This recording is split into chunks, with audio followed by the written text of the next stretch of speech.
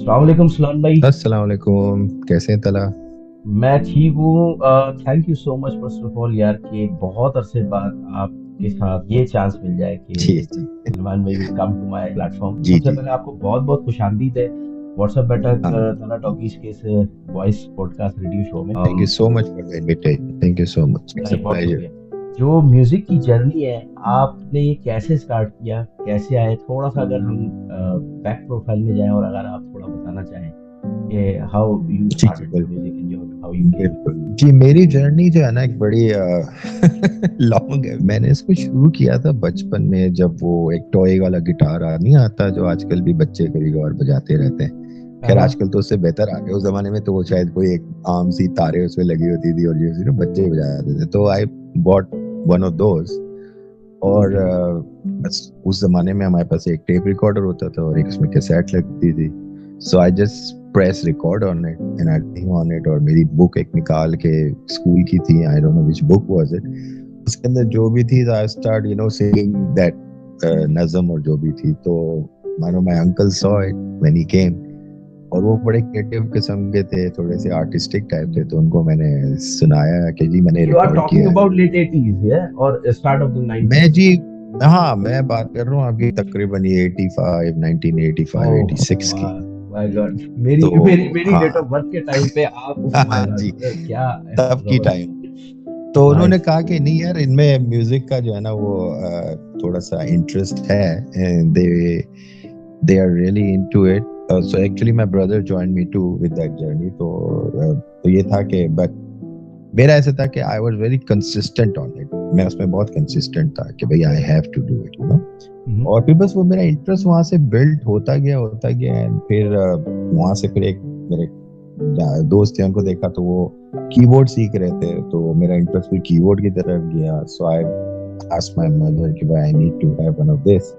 तो डैडी से बात की, उन्होंने कहा चल एक इनको ले देते हैं छोटा सा। तो उन्होंने उस जमाने में तो खैर ही वाज वेरी लाइक इतना अफोर्ड नहीं कर सकते थे, but my dad bot me one. और फिर हम वहां से बस मेरी जर्नी शुरू हुई। फिर slowly slowly we form a band called youngsters. और उस जमाने में मोहम्मद अली शेखी और हसन जांगी, तो वो जमाना था सलीम जावेद वाला। या तो या बस हमारा ये होता था कि मेरी जितनी भी पॉकेट मनी थी ना, तो I used to buy cassettes from. तो वाओ। मैं जो है ना रोज जाके जो है ना नीचे अंकल से कैसेट ले लेता था। और आप बिलीव कर, एक वक्त ऐसा आया कि मैं लेवरेज में उधार में चला गया था बिकॉज अच्छा। बिकॉज वो मुझे 25 रुपए की, 20 रुपए की उस जमाने में होती थी कैसेट। और मेरे पास पैसे नहीं होते थे, तो आई यूज्ड टू से अंकल आपको बाद में दे दूंगा। तो एक वक्त ही आया कि मुझे बहुत घर से डांट पड़ी कि भाई अंकल ने बताया कि भाई इस महीना से ऊपर हो गया, 100 रुपए मेरे निकलते थे, इसमें से 4 कैसेट के पैसे नहीं दिए तो मैं क्या करता, जो नई कैसेट आती थी वो मैं देखता था, उसका पोस्टर उस जमाने में नहीं लगे होते थे विंडो पे। जी तो जी जी दैट जी। Used to appeal me after school. तो मैं खड़ा देखता था वो वाओ। नया एल्बम आया है सलीम जावेद का, और हवा हवा आया, और तो हम वो उठाते थे। इसके अलावा बस वो शोज जो होते थे, रंगून वाला हॉल और जिम खाना, एक गार्डन जिम खाना हुआ करता था, वहाँ काफी अच्छे अच्छे शोज होते थे। और एक गार्डन, गांधी गार्डन की तरफ एक हॉल जिसे हम अली भाई ऑडिटोरियम कहते थे, वहाँ शोज होते थे। तो हम बस वहाँ पे स्नीक इन करे करते थे कि भाई जाके बस शो को देखें, सुने, और उनसे लर्न करें कि हाउ दीज गाइस प्ले। तो उस जमाने में रॉबिन जॉन होते थे, एसबी जॉन के बेटे, माशाल्लाह अभी भी ओह वाओ। माशाल्लाह वो। उनके माशाल्लाह। भाई होते थे बबलू भाई bass guitar. So we get to know people. और ये अपने आसिम अजहर के डैडी थे जो अजहर भाई उस जमाने में होते थे, तो हम जी उनको जी। काफी मानते थे कि भाई एज अ, अब डायरेक्ट तो हम किसी से सीख नहीं सकते थे, लेकिन just by playing, listening to them playing live on the stage, that wow. Gave us lots of inspiration. तो वहां से बस हमारी जर्नी चलती रही, चलती रही, चलती रही। ये जो आपकी स्टार्टिंग की जर्नी थी, you are talking about start of 85 86, then ये जो जी जी जी पाकिस्तान की जर्नी स्टार्ट आपने लिया, एंड देन वो कब टाइम आया जब आपने पाकिस्तान लेफ्ट किया and then you came to America and then you start your journey हाँ, over there? So that was वहां से जरा हमें बताइए। 1991। ओह ओके 1991 में, ओके, 91 या में। सो फिर वहां पर आई until like 2003 वहां पर ओह we नाइस। did। उसके बाद या then I went to Canada। वहाँ मुझे एक और म्यूजिक कंपनी में जॉब मिल गई, which led me from a player to a recording guy who like basically मेरी जो है ना कह ले के जो मेरी पॉलिशिंग जो है वो एज अ रिकॉर्डिंग के हवाले से वहां से शुरू हुई. Like I got polished. I was doing it before too, but I wasn't like digital time उस वक्त एंटर हो रहा था ना, सारा जो डिजिटल मीडिया आ रहा था और आपका रिकॉर्डिंग जो सारी कंप्यूटर्स पे शिफ्ट हो रही थी हार्डवेयर से सॉफ्टवेयर पे. तो उस जमाने में क्यूबेस और ये digital design used to own. तो उस जमाने में हम उसके अंदर एंट्री हमारी हुई. तो it was a very good time for me. तो वहां से फिर about like 5-6 years I learned that and working in the same field. तो वहां से मेरा प्रोफेशन जो है ना वो completely from this job it converted into as a music player, like अकेले म्यूजिक प्रोड्यूसिंग और रिकॉर्डिस्ट और मिक्सिंग एंड मास्टरिंग, और इसमें मैं पूरा सा डाइवर्ट हो गया. And it was so interesting that के because I had a chance to get trained, I had to get chance on the नया equipment, नया software जो भी आता था, we used to integrate and we used to work on it.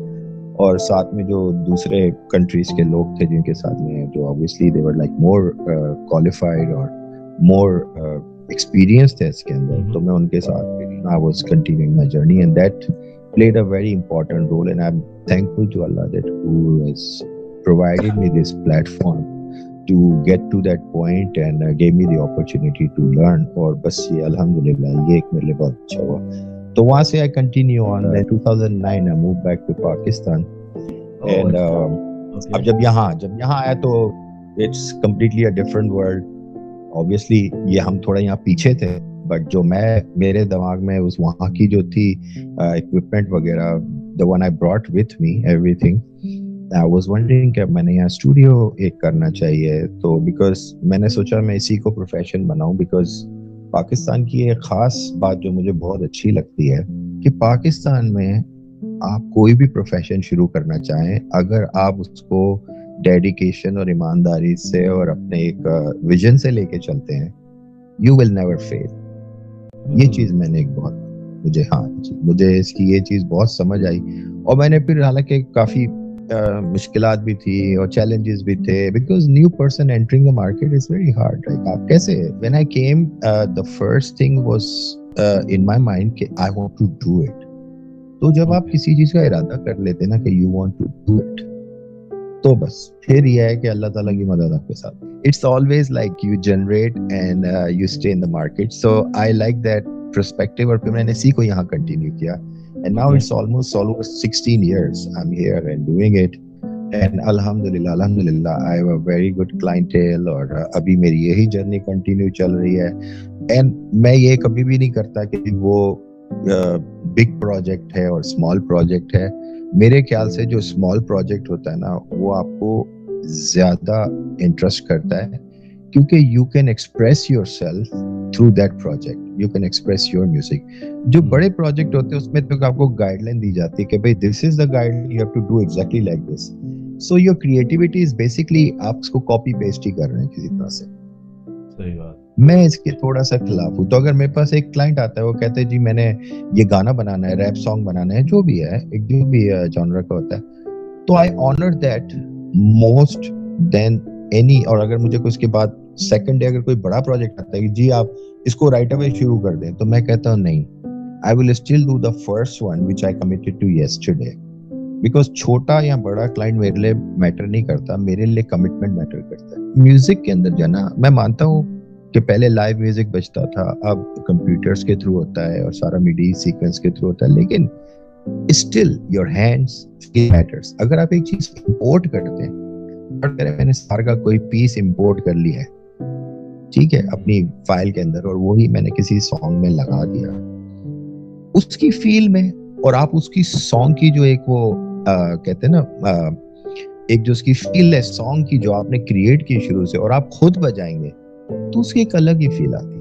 आपने एक more than 2 decades में भी आप पाकिस्तान से बाहर रहे, आपने वहाँ म्यूजिक किया, वहाँ का माहौल देखा, चीजें की, and then you came back to Pakistan. उसके बाद लाइक 16 ईयर्स से जो है आप पाकिस्तान में हो और आप कर रहे हो, तो आपने क्या डिफरेंटली महसूस किया? आई बिलीव, मेरा ये, मैं गलत नहीं कहता, but I think I have felt this way. मुझे नहीं पता अदर म्यूजिशियंस का, but I speak for myself के I felt कि I was a part of the tradition.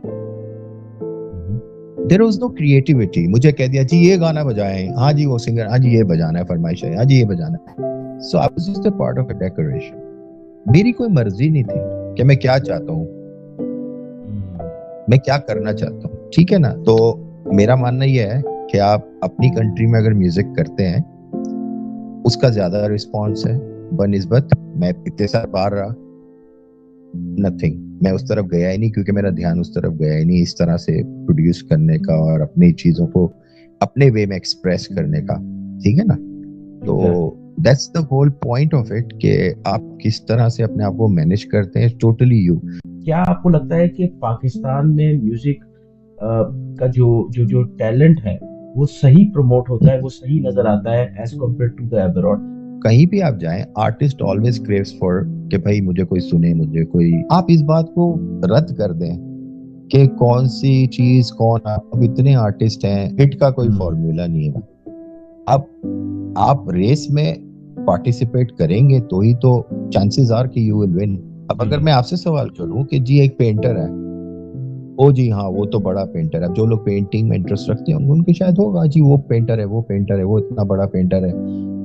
लेकिन अगर ये जो आम स्केचर बंदा है जिसको आप कहीं जाते हैं मेले में कहीं देखते हो बना रहा है, वो भी तो पेंटर है ना, वो भी तो आर्टिस्ट है, ठीक है। लेकिन आप उसका काम देखते हैं, यार इतना अच्छा है, इसको यार किसी को पता नहीं है इतना अच्छा है। नहीं, नहीं पता किसी को, ठीक है।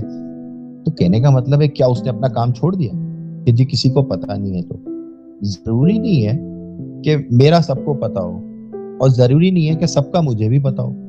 अब मुझसे कोई कहता है जी वो गाना सुना है आपने? नहीं मैंने नहीं सुना। यार इतना मशहूर गाना, भाई मैंने नहीं सुना। So it does not mean कि मेरे ना जानने से उसको फर्क पड़ता है, ना उसके जानने से मुझे फर्क पड़ता है। So we should evaluate ourselves that way कि यार वो मुझे नहीं जानता और वो मुझे नहीं, जानने से कुछ नहीं होता। पहचान जो है वो आहिस्ता आहिस्ता आहिस्ता बनती है, उसमें आपको अपनी रूह डालनी पड़ती है, टेक्स टाइम। बाकी किसी चीज की जरूरत नहीं है आपको, वो ऊपर वाले के हाथ में कामयाबी नाकामी जब भी दे वो, ठीक है ना। उसका एक मैटर है, उसका एक बैलेंस है नेचर का जो आपको समझना चाहिए म्यूजिकली। डोंट वरी अबाउट क्या मैं उससे बनवा लूं तो हिट हो जाएगा, उससे बन, कोई फॉर्मूला नहीं है।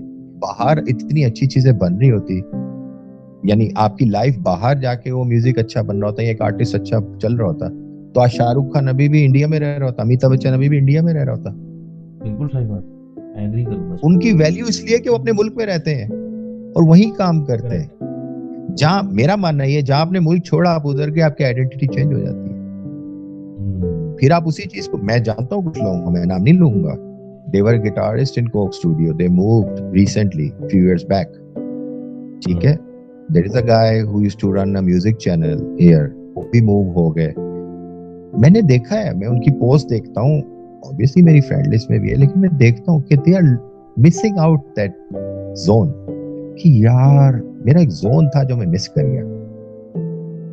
वो मिस करते हैं इसको कि यार वो था, वो मेरा एक म्यूजिक का दायरा था जो मैं मिस कर गया। मैं इसको यहाँ पे प्रमोट करने की कोशिश तो कर रहा हूँ, but it's not getting in the limelight, यानी वहां मैं आ नहीं रहा उसमें, वो मुझे एक्सेप्टेंस नहीं मिल रही उसकी। तो ये होता है बॉस इसका। हमारे यहाँ जिनके नाम है, जिनके बड़े नाम है, जो हम उस्ताद कहते हैं, जैसे मैडम नूर जहां है, मेहदी हसन खान साहब, कितने सारे हमारे लेजेंड्स गुजरे जी। सर ये बात आप कहीं ना कहीं इत्तेफाक करेंगे कि वो जो एक एप्रिसिएशन होती है, जो एक खराज तहसीन होता है, वो हमने दिए हैं, ठीक है। लेकिन जिस तरह से अगर मैं बात करूं हमारे यहाँ जैसे इंडिया के अंदर बॉलीवुड में कितने उनका एक बड़ी इंडस्ट्री है, उसमें उन्होंने कितनी दफा उनको एक प्लेजर दिया, सब कुछ दिया। हमारे यहाँ तो बड़े आर्टिस्टों को भी सर उस तरह से नहीं देखा जाता, बस अगर जिसका मतलब कोई हो गया प्लान तो कर दिया। वो जो एक कंटिन्यूटी में एक म्यूजिक को अहमियत देना, या जो एक फन है इस आर्ट को अप्रोच करके ऊपर तक लाना, आपको क्या लगता है कि इस चीज में भी हम वाकई पीछे रह गए कि जिन आर्टिस्टों के नाम थे उनको भी हमने सही तरह से जो है ना मतलब वाकई में उसको रिकॉग्नाइज नहीं किया? क्या कहेंगे इस बारे में? देखें, एक हमारे यहाँ बदकिस्मती कह लें, ठीक है, वो ये है कि जब बंदा चला जाता है ना तब उसकी कदर करना शुरू करते हैं। अब मेहदी हसन साहब का, उस्ताद मेहदी हसन साहब का एक है, मैंने एक इंटरव्यू सुना था जिसमें उन्होंने कहा कि मुझे 40 की उम्र के बाद जो है ना वो शोहरत मिली। अब आप मुझे बताएं वो 40 साल क्या कर रहे थे बेचारे, ठीक है। यानी वो इतना बड़ा नाम था इतना बड़ा नाम था कि जब उनको बाहर रिकॉग्नाइज किया गया on the other side of the border, that's when we recognise. तो हम उस चीज का वेट क्यों करते हैं यार? मैं जो है ना, ये सबसे बड़ा मसला है। हम जहाँ मैं को छोड़ देंगे ना, तो हम अपनी अराउंड में चीजों को अप्रिशिएट करना शुरू करेंगे। हमारा मीडिया स्ट्रीमलाइन अगर इस चीज को एडमिट कर लेता है कि हमने हर चीज को उसकी अच्छाई के बेस पे प्रमोट करना है, तो इस तरह से वो क्या होगा कि जितने छोटे आर्टिस्ट हैं वो उनको भी अप्रिशिएट करना चाहिए। यानी अच्छा गा रहा है, सॉरी टू से दिस, ये अवेयरनेस बहुत जरूरी है हमारे मीडिया के लिए। नहीं, सही बात है हमारे कि पाकिस्तानी मीडिया को इस चीज को अवेयर करने की बहुत ज्यादा जरूरत है कि we need to see the positivity and promote the positivity. How? वो एक different factor है। उसके लिए आप एक, अगर आपका दिल होगा ना, उसको सीरियसली आप दिल से अप्रिशिएट करेंगे तो आप उसके लिए काम भी करेंगे।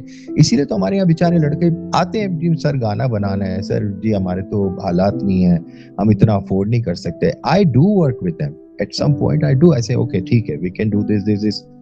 आई गेट क्रिटिसाइज, ओ ये तो मार्केट खराब कर रहे हैं, ये तो इतने में कर रहे हैं। ऐसी बात नहीं है बॉस।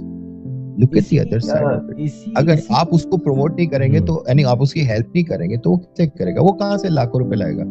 यू आर राइट, बिल्कुल, क्योंकि इसी पॉइंट से आई टुक अनदर क्वेश्चन, और वो आप जरूर इससे एग्री करोगे कि सर आज से अगर हम बात करें, if you talk about for 15 years, जब हमारे पास इतना सोशल मीडिया का अवेयरनेस था, लेकिन ऐसा लेवल का नहीं था जो आज चल रहा है। नहीं, हम उस वक्त टीवी के पीछे भागते थे और हम यूज्ड टू रन के यार हमारा गाना ले लो या हमारा म्यूजिक देख लो, व्हाटएवर जो भी है, जो नए आर्टिस्ट होते थे। और हम खड़े हुआ करते थे एआरवाई के बाहर जाके, एआर म्यूजिक के बाहर खड़े हो जाते थे, भाईजान अंदर आएंगे, बड़े साहब आएंगे, हमें बुलाएंगे तो हम गाना सबमिट करेंगे। एग्जैक्टली ऐसी ट्रेजिक स्टोरी है कि उस पे तो बात करता बस क्या बोले। लेकिन सर आज हर बंदा घर बैठा फनकार बना हुआ है। जो आज सोशल मीडिया का लेवल है, आज सच्ची बात बताऊं तो मुझे लगता है टीवी को उस लेवल पे कोई नहीं पूछता, क्योंकि आप सोशल मीडिया पे हर बंदे के पास एक्सेस है, अपना चैनल है, अपनी चीजें जो चाहे whatever we want we can just do it. और आज वहीं से लोग हिट हो रहे हैं, वहीं से इतनी वायरलिटी हो रही है कि टीवी वाले खुद बुलाते हैं। आप इससे इत्तेफाक करेंगे। यही मैंने आपसे शुरू में कहा कि अब मीडियम ऐसा है कि आदमी ने सिर्फ मेहनत करनी है। सही बात, आपने मेहनत करनी है अपने आप। आपने, अगर आप वो भी नहीं होगा तो फिर I think this is not your field, you should select something else. आप अगर अपने आप पे मेहनत नहीं कर सकते, ठीक है, अगर एक बंदा गिटार बजाता है और वो सिर्फ गिटार बजा के अपनी आवाज को रिकॉर्ड करके और अपनी चीजें पोस्ट कर रहा है, दैट्स मोर देन इनफ भाई, दैट्स मोर देन इनफ। और लोग देख रहे हैं टू प्रमोट योरसेल्फ। हाँ, बेसिकली वही चीज मैं आपको अभी कह रहा था कि अगर आपने करना है तो there are always a door open. जब आपकी जुस्तजू होती है ना, जब आपकी कोशिश होती है, आपके एफर्ट्स लगते हैं, तो अल्लाह ताला खुद आपको हेल्प करते हैं। वो खुद आपके लिए जो ना जगह बनाते हैं, मौजिज़े करते हैं आपके लिए। लेकिन if you not willing to, then there is nothing, there is nothing you can do. I try to help whoever wants to. I mean, I'm always open for new clients, or not new clients भी नहीं कहना चाहता यार, मैं new support कहना चाहता हूँ कि ठीक है आप आए तो मुझे पता चले ना कि आपके पास क्या चीज है। आप शायद इतनी ऐसी कंपोजिशन ले आए जो धमधार हो के मैंने सुनी ना, मैं कोई यार जबरदस्त, मेरे लिए तो लर्निंग पॉइंट आ गया, बनाओ भाई, ये तो आपके लिए इम्तिहान है।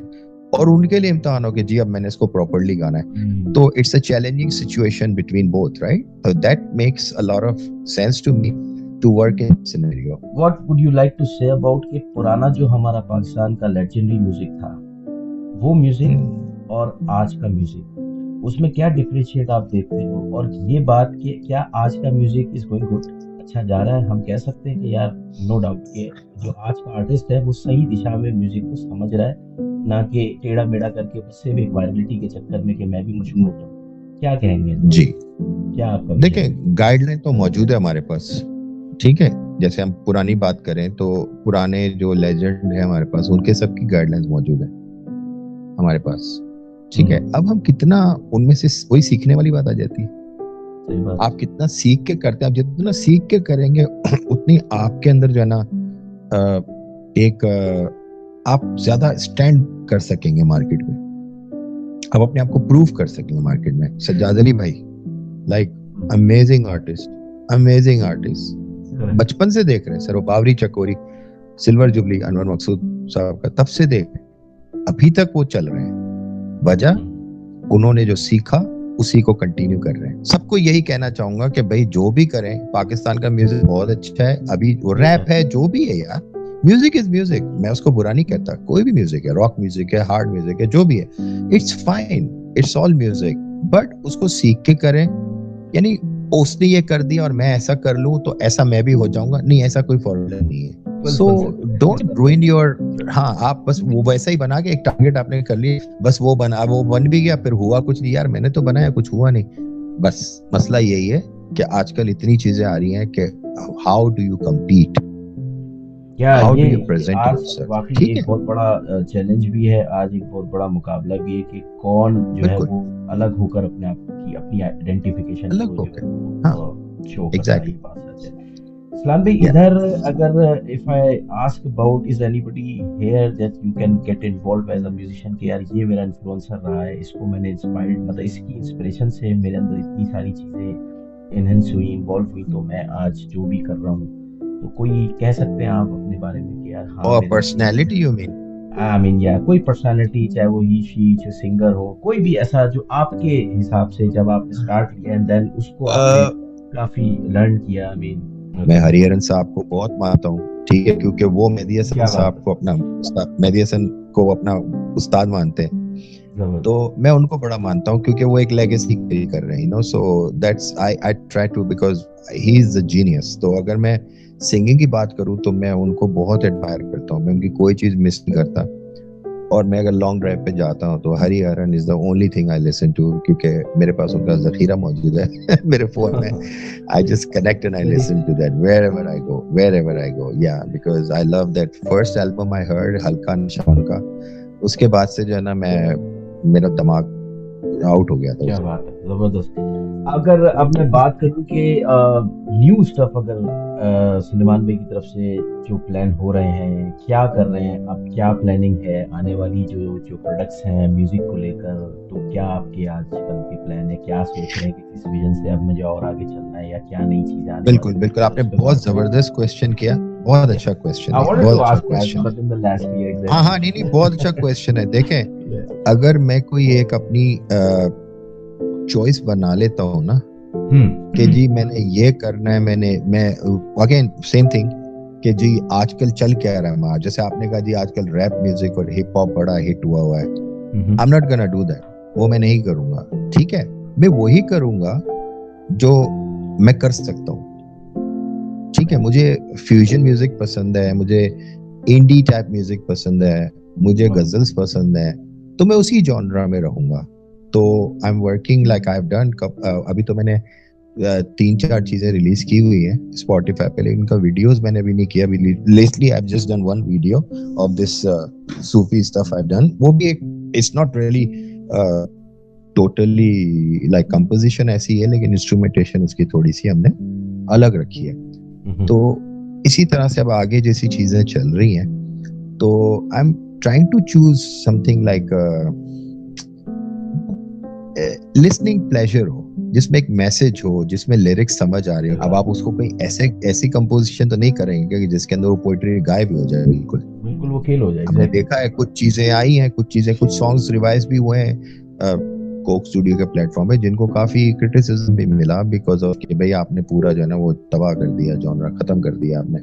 सो there are things like that. तो again learning to you learn from that कि don't do an experiment like this, keep the pace of the music and you know like कि उसके अंदर poet और poetry जिंदा रहे। Thank you so much कि आप अपना, और इंशाल्लाह नेक्स्ट इसका सीक्वल बनाएंगे और फिर हम उस पे डिबेट करेंगे बहुत सी और भी बातें जो मेरे पुराने गुफ्तगू जो है ना was going on my mind, but unfortunately वो तो we go with the flow, whatever you are, we'll do it again. तो बहरहाल अपना बहुत ख्याल रखें, जा रहे हैं खुश रहें, और इंशाल्लाह करेंगे बात। Thank you so much. Inshallah. Thank you so much for having us. Thank you. Allah Hafiz.